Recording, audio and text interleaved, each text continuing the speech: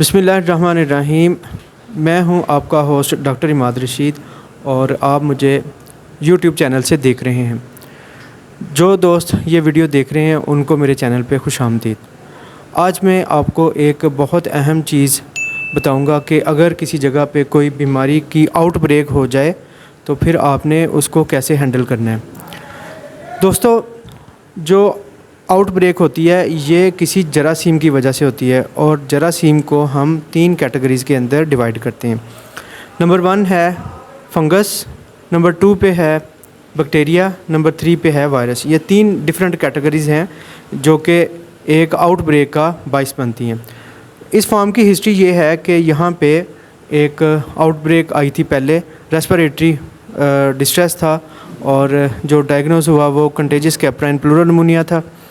वो 1 वीक के अंदर अंदर जो है वो कवर हो गया। हमने मेडिसिन दी तो उसमें जो प्रॉब्लम थी वो रिज़ॉल्व हो गई। उसके बाद अब एक और प्रॉब्लम है, मैं आपको ये थोड़ा सा क्लोज़अप करके दिखाता हूँ। ये जो भी मेरी तजर्बा ये कहता है कि जब भी कोई आउटब्रेक होती है तो ये जो प्रॉब्लम आप देख रहे हैं, ये देखें मुंह के ऊपर जो दाने हैं, ये प्रॉब्लम उसके साथ ज़रूर आ जाती है। तो इसको हम ये देखें, मैंने थोड़ा सा क्लोज़अप करके आपको दिखा रहा हूँ। तो आप देख सकते हैं कि मुंह के ऊपर जो है वो दाना बना हुआ है। तो ये इस कंडीशन को हम नाम देते हैं कंटेजियस एक्जिमा और इसको दूसरा जो नाम है वो ऑर्फ भी कहते हैं इसको। ये जो कोई आउटब्रेक अगर हो तो इसके बाद ये जो प्रॉब्लम है ये आलमोस्ट नज़र आता है। ये ना बेसिकली ये जो बीमारी है ये वायरल इन्फेक्शन है और इसका जो वायरस है ये बिलोंग करता है पॉक्स वायरस है, यानी ये साइज़ में अगर हम देखें तो ये बड़ा वायरस है।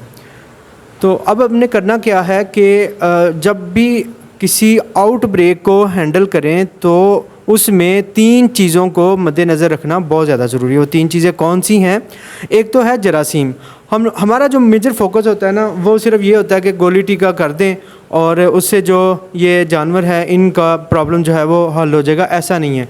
हमें इन्फेक्शियस डिजीज़ के लिए 3 चीज़ें जैसे मैं अभी बता चुका हूँ ये ज़रूरी होती हैं, इनको एड्रेस करना जो है वो ज़रूरी होता है। वो 3 चीज़ें हैं होस्ट, एजेंट एंड एनवायरनमेंट। आप यूँ समझ सकते हैं कि जरासीम है जानवर के इर्द गिर्द की जो एनवायरनमेंट है और जानवर का उसका होस्ट होना जो है वो ज़रूरी होता है। तो अगर हमने आउटब्रेक को हैंडल करना है तो इन 3 चीज़ों को हमें एड्रेस जो है वो करना पड़ेगा। सिर्फ हमें जो इन्फेक्शियस एजेंट है उसको हैंडल नहीं करके हम इस आउटब्रेक को कवर कर सकते हैं।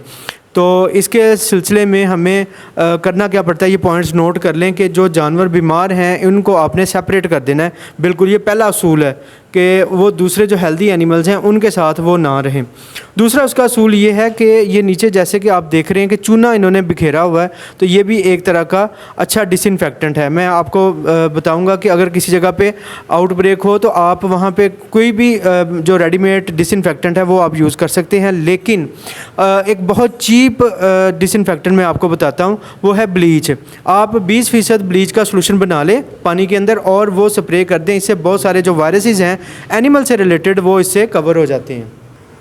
नेक्स्ट पॉइंट ये है कि आपने इनका जो चारा है और पानी है वो जो इफ़ेक्टेड एनिमल्स हैं, बीमार हैं, उनका आपने अलग करना है और जो तंदुरुस्त जानवर हैं उनका आपने अलग करना है। इसमें एक चीज़ और बहुत ज़्यादा मद्देनज़र रखने वाली है कि जब भी आप इनका चारा करें, इनको चारा डालें तो आपने सबसे पहले हेल्दी जानवरों को चारा डालना है और अगर वही बंदा चारा डालने वाला, एक ही बंदा यानी चारा डालने वाला या पानी डालने वाला है, तो जो बीमार जानवर हैं उनको आपने चारा बाद में डालना है। क्योंकि अगर आप बीमार जानवरों को पहले चारा डालेंगे तो वहाँ से जरासीम जो है कपड़ों से, हाथों से लग के वो जो हेल्दी एनिमल्स हैं उनके पास आ जाएगा और वो हेल्दी एनिमल्स को बीमार करेगा। तो अब एक चीज़ और जो हमसे क्वेश्चन किया जाता है वो ये है कि क्या इनको वैक्सीन करनी चाहिए। पहली बात तो ये है कि ये जो बीमारी है ऑर्फ यानी कंटेजियस एक्जिमा, इसकी वैक्सीन जो है वो अवेलेबल नहीं है। इसका इलाज क्या करते हैं ये मैं आपको वीडियो के आखिर पे बताता हूँ और इसका जो इलाज है वो बड़ा बेहतरीन और बहुत सस्ता जो इलाज है वो हम लोग इसका करते हैं। दूसरी बात यह है कि किसी और कोई बीमारी अगर आ जाती है तो उसमें वैक्सीन करनी चाहिए। देखें, इसमें दो कंसेप्ट हैं। पहला कंसेप्ट ये है कि अगर तो जानवर आप सेपरेट कर लें उनको, जो आउटब्रेक अगर आई है, जो जानवर बीमार हैं उनको आपने वैक्सीन नहीं करनी, जो हेल्दी जानवर हैं उनको ऐसी वैक्सीन की जा सकती है जो कि किल्ड फार्म में हो। किल्ड फार्म से मुराद क्या है कि ऐसी वैक्सीन जो कि जिसके जरासीम जो हैं वो किल्ड हों, मरे हुए हों, वो वैक्सीन आप उन जानवरों को कर सकते हैं जो कि हेल्दी एनिमल हों। जो बीमार जानवर हैं उनको वैक्सीन नहीं करनी। यहाँ पे याद रखें कि ये जो लाइव वैक्सीन है, ये मैं अपनी एक और वीडियो में भी बता चुका हूँ कि लाइव वैक्सीन ना तो बीमार जानवरों को करनी है, ना ही हेल्दी जानवरों को करनी है अगर वो वैक्सीन का जरासीम जो है वो किल्ड नहीं है। यहाँ पे मैं आपको थोड़ा सा क्लोज़ करके दिखा रहा हूँ कि यहाँ पे इन्होंने जो चूना जो है वो एंट्रेंस पे बिखरा हुआ है। ये बहुत अच्छा इकदाम किया हुआ है कि अगर पैरों से कोई जरासीम है वो लग के अंदर ना जाए, और अंदर भी इन्होंने चूना बिखेरा हुआ है। तो ये आउटब्रेक को हैंडल करने का बेहतरीन जो है वो तरीका है।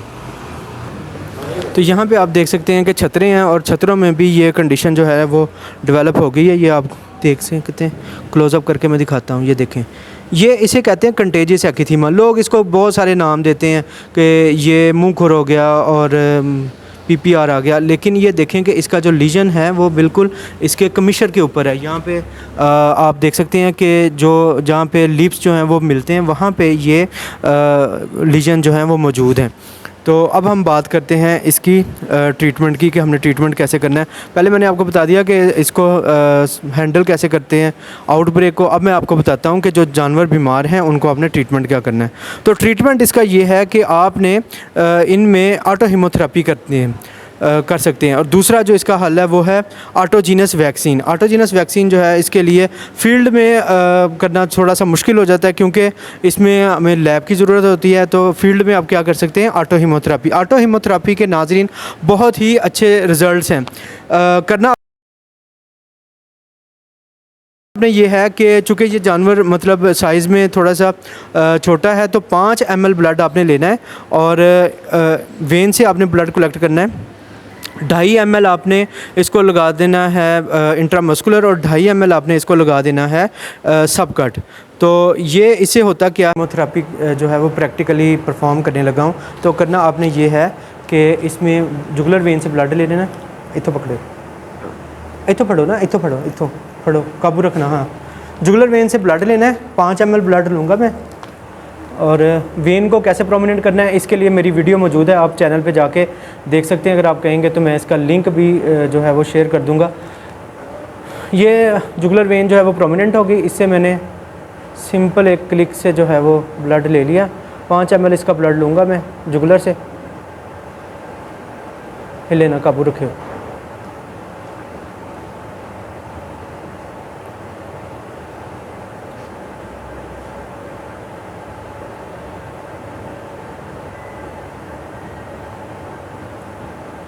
नहीं जी, ये 5 ml मैंने ब्लड ले लिया। अब मैं इसको आधा जो है वो इंट्रामस्कुलर लगा दूंगा इसी में, और आधा जो है वो इसमें मैं सबकट लगा दूंगा। लें जी, ये था ऑटो हीमोथेरेपी का तरीका। अगर आप इसकी डिटेल पढ़ना चाहें तो प्रोफेसर डॉक्टर गुलाम मोहम्मद की जो बुक है प्रैक्टिस टिप वो जल्दी मार्केट के अंदर आ जाएगी। उसमें आप जो है वो इसकी डिटेल पढ़ सकते हैं। याद रखें कि एक जानवर के लिए एक ही सिरिंज इस्तेमाल करनी है। एक सिरिंज को बार बार दूसरे जानवरों के ऊपर इस्तेमाल नहीं करना। जिसमें हमने ऑटो हीमोथेरेपी कर दी है, इस जानवर को हम सेपरेट कर देंगे, अलग कर देंगे। ले जाओ उधर, इसको हम अलग कर देंगे ताकि हमें पता रहे कि किस जानवर की हमने करनी है, किस जानवर की नहीं करनी, क्योंकि जानवर यहाँ पे ज़्यादा हैं। तो ये था ऑटो हीमोथेरेपी का तरीका। आप इस तरीके से ऑटो हीमोथेरेपी जो है वो कर सकते हैं कि जो बॉडी के इम्यून सेल्स हैं, ख़ासतौर पे जो मास्ट सेल्स होते हैं, वो इसमें 22 गुना बढ़ जाते हैं। और यही जो इन्फेक्शन है ऑर्फ यानी कंटेजियस एक्थीमा, इसको हैंडल करने में ये हेल्प आउट करते हैं, बॉडी की इम्यूनिटी को इम्प्रूव कर देते हैं। और आपने इसको यही ऑटो हीमोथेरेपी को 1 हफ़्ते के बाद रिपीट करना है। दोबारा से आपने यही काम करना है। तो इसी से ये जो है मसला हल हो जाता है। लेकिन हम तो अगर मसला ज़्यादा हो तो उसके लिए हम लोग जो एंटीबायोटिक यूज़ करते हैं वो है ऑक्सीटेट्रासाइक्लिन। ऑक्सीटेट्रासाइक्लिन की जो डोज़ रेट है वो 5 मिलीग्राम पर केजी बॉडी वेट है, और ये मोस्टली जो आती है वो 5% में आती है, यानी 50 मिलीग्राम पर ml जो है वो मोस्टली प्रिपरेशन आती है। कुछ में 100 ml पर ml आती है, और कुछ जो है वो 200 ml 200 मिलीग्राम पर ml जो है वो आती है। लॉन्ग एक्टिंग उसे ऑक्सीटेट्रासाइक्लिन जो है वो उसका नाम दिया जाता है।